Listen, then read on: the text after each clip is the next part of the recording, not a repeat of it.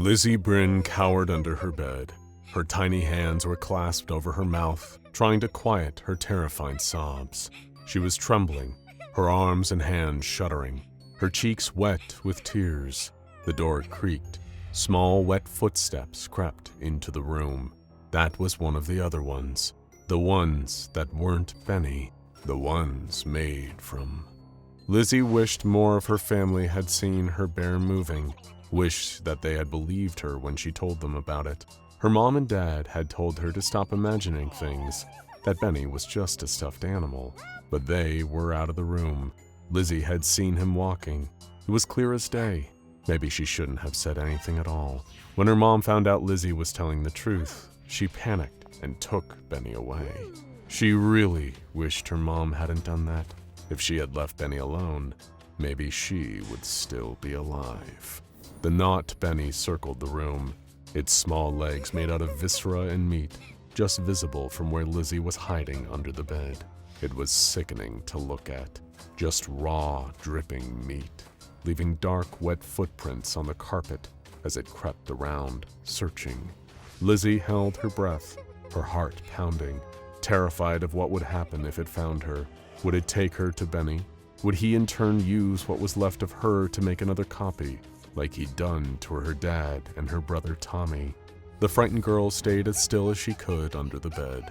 Usually when she felt scared or sad, she reached for Benny to pull him into a hug. Ironically, the idea of a hug from her teddy was the last thing she wanted right now. To SCP-1048, its appearance is its greatest weapon. It appears outwardly to be an object commonly associated with childhood and comfort, a teddy bear. The bear itself, measuring 33 centimeters in height, initially showed no anomalous properties or any otherwise unusual qualities during testing. Looking at it, there is absolutely nothing to make it discernible from any ordinary teddy bear, other than the fact it is sentient. SCP-1048 moves around completely on its own. It doesn't talk, at least not in a way anyone can understand, but it seems to get what people are saying. It even has a few simple gestures it uses to talk back, like some kind of creepy, silent charades. This implies that the bear also possesses some degree of sapience too, possibly having the capacity for basic levels of intelligence, along with the logistical abilities for solving problems, learning, and understanding. When initially observed by Foundation personnel, SCP-1048 was even capable of some degree of expressing emotionality, and would frequently display affection to most humans it encountered.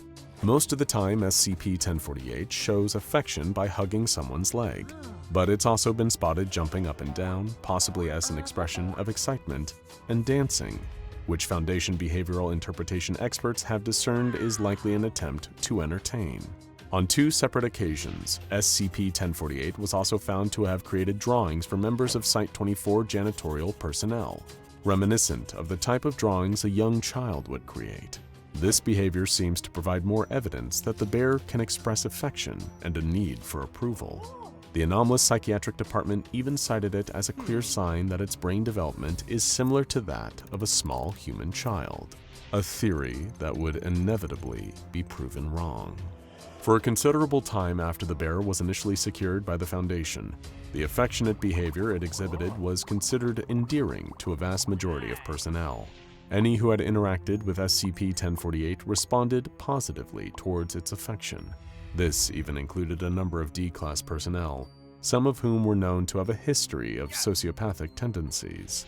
In short, the anomaly was considered safe, and was classified as such in official Foundation documentation. A team of linguistic analyst experts were assigned to attempt to interpret the gestures SCP-1048 was capable of making. Their goal was to determine what the full communicative capabilities of the bear were, as well as possibly engage in dialogue with the anomaly to gather any information relevant to its origin. Any tests involving direct communication failed. The anomalous teddy bear showed itself to be capable of making simple gestures to answer yes or no questions. However, personnel could not elicit any kind of reaction from SCP-1048 when asking questions concerning its nature or where it had originated from. It was impossible to interpret if SCP-1048 simply didn't know the answers about its origin, or if it was intentionally withholding this information. Attempts were made to encourage the anomalous bear to use other methods of communication. Given that it had showed itself capable of drawing pictures for the Site-24 sanitation staff, it was thought that SCP-1048 might be able to engage with either written communication or to convey information through the use of images. However, beyond using its drawing ability to show affection, even when encouraged by personnel, the anomaly could not read, write, or use images to engage in any non-spoken dialogue. Beyond its ambulatory abilities and limited communication, SCP-1048 initially displayed no other anomalous behavior. As a result, and given its apparent warmth towards all humans it encountered, a specialized request was made to Site-24 management. Historically, other similarly safe and known friendly SCPs, such as most notably SCP-999, have been occasionally granted the autonomy to move around Foundation facilities freely, instead of remaining confined to a containment chamber. A case was made that SCP-1048 should be granted similar freedoms, with some staff even asserting that the bear's presence and endearing displays of affection could potentially provide a significant boost to personnel morale. The case was reviewed and approved in a significantly short amount of time, given that site management had not only interacted with the anomaly firsthand, but also assumed that there would be no potential danger of allowing a sentient teddy bear to wander freely. So, administrative approval was granted, permitting SCP-1048 to roam around Site-24 unimpeded, unknowingly playing right into its hand. 7 months after being secured by the Foundation and allowed to roam freely around Site-24, the bear began showing new anomalous abilities. Most notably, it seemed capable of making copies of itself, something that hadn't been observed before. While the process hadn't been directly observed by any members of Foundation personnel, the results certainly were. SCP-1048 was found walking around the halls of Site-24 in the company of one of these replicas that had been made entirely from human ears. Called SCP-1048-A, this crude copy of the anomalous bear was nearly identical in size and shape to the original. Witnesses even reported seeing the original bear proudly showing its creation around, almost like it was giving SCP-1048-A a guided tour of the facility. Given the grisly nature of SCP-1048-A's constructions, a security team was dispatched to the area of Site-24 where it and the anomalous teddy bear were. Also requested to inspect the situation was Dr. Carver, who had been assigned the position of head researcher in the SCP-1048 case. However, the security team arrived first and immediately moved to secure SCP-1048-A. This caused the new creature to engage an anomalous defense mechanism, letting out an eardrum-piercing shriek. Personnel in the adjacent rooms and corridors, anyone standing within a 10-meter radius, began to experience intense pain in both their ears and eyes, and they were the lucky ones. Anyone standing closer, within an estimated 5 meters from SCP-1048-A, began to spontaneously develop ear-like growths rupturing out of their skin, covering their entire bodies in approximately 20 seconds. Every member of personnel that was affected by this symptom died within 3 full minutes, including the security team sent to apprehend the anomalous replica of SCP-1048. Autopsies later revealed that these staff members had died from asphyxiation. A horrifying number of ear-like growths had formed inside their mouths and down their trachea, completely blocking their airways and preventing them from breathing. Dr. Carver would later arrive in the area, having narrowly avoided the same fate as the security team and numerous other members of nearby personnel who were now dead. However, not before both SCP-1048 and its replica fled the scene. Both were believed to be using the ventilation ducts throughout Site-24 to move around and stay hidden. However, several staff members reported multiple sightings of the two creatures after the incident. Attempts to locate either SCP-1048 or SCP-1048-A within the ventilation system were unsuccessful. Shortly after the incident, a researcher on the SCP-1048 team came forward and revealed that, through some unknown anomalous means, they had realized they were missing an ear. It had seemingly been removed painlessly while they had slept, though no other members of personnel have experienced the same inexplicable ear removal. It remains unclear whether or not SCP-1048 was obtaining more ears from another source, or was capable of duplicating the objects or materials it removed. However, what became obvious was that this anomalous bear was capable of building copies of itself, and could do so with various materials, including stolen human ears.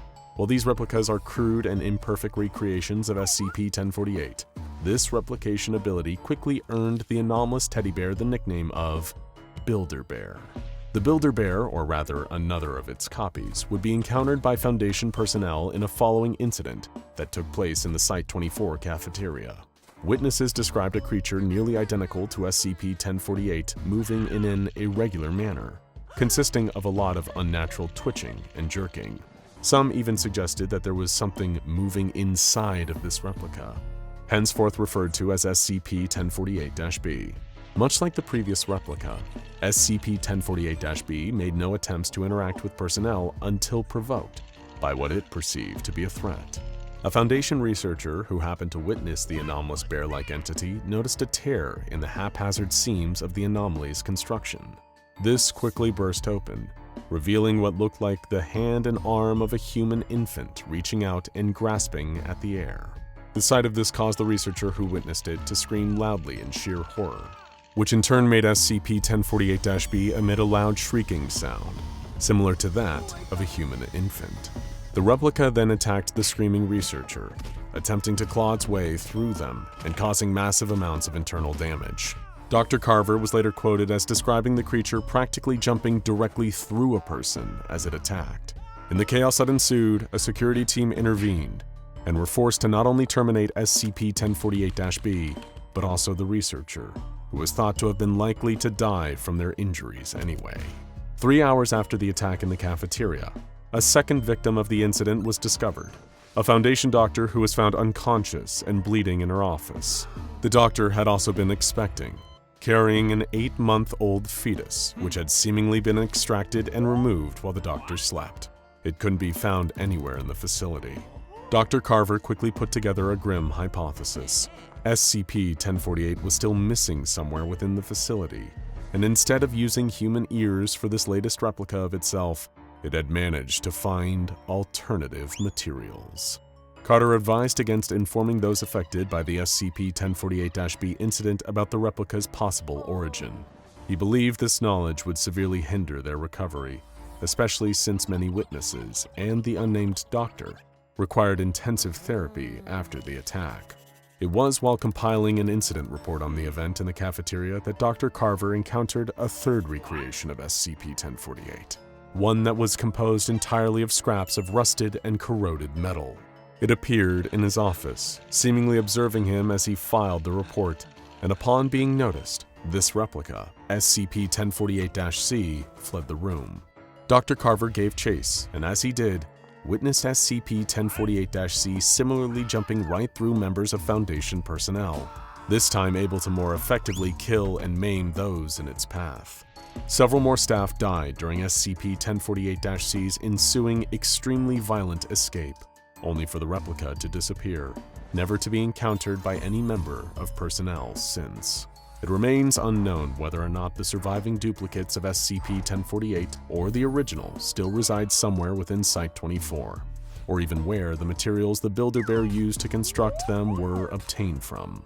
Given the violent behavior they display towards humans, personnel have been warned to take extreme caution if SCP-1048 or any of its existing or new copies are encountered. Since SCP-1048's initial discovery, these incidents have been a grim reminder to Foundation personnel. No matter how harmless or innocent an anomaly may seem, strict containment measures must always be upheld at any cost and at all times. When SCP-1048 was permitted to freely roam the halls of Site-24, it used the assumed harmlessness staff associated with it to its advantage. Dr. Carver believes that this behavior was calculated and intentional, suggesting that SCP-1048 is far more intelligent and manipulative than first assumed. It seemed to use its charming demeanor to create a false sense of security among Foundation personnel. This deception allowed it to freely roam the facility, gathering the materials it needed to create its replicas. The friendly behavior had been a facade. and SCP-1048 seemed to be, in actuality, violent, aggressive, and highly dangerous, leading to its reclassification as Keter. While it being mute means information about its intention or motives is difficult to ascertain, security teams are instructed to stay vigilant for sightings of the anomaly and to destroy any of its clones on site. Site-24 has enacted a facility-wide ban on all teddy bears or similar objects in order to prevent confusion or mistaken identity. Anything resembling a teddy bear must be reported to security personnel. Even an anomaly as apparently friendly as a sentient teddy bear is capable of wreaking havoc on the Foundation. Or, as Dr. Carver's notes in the Builder-Bear's containment procedures read, "We have no idea what SCP-1048's full capabilities are. Who knows how many of the damn things are out there by now." Now go check out SCP-2295, the bear with a heart of patchwork, and top 8 SCP objects you actually want for more.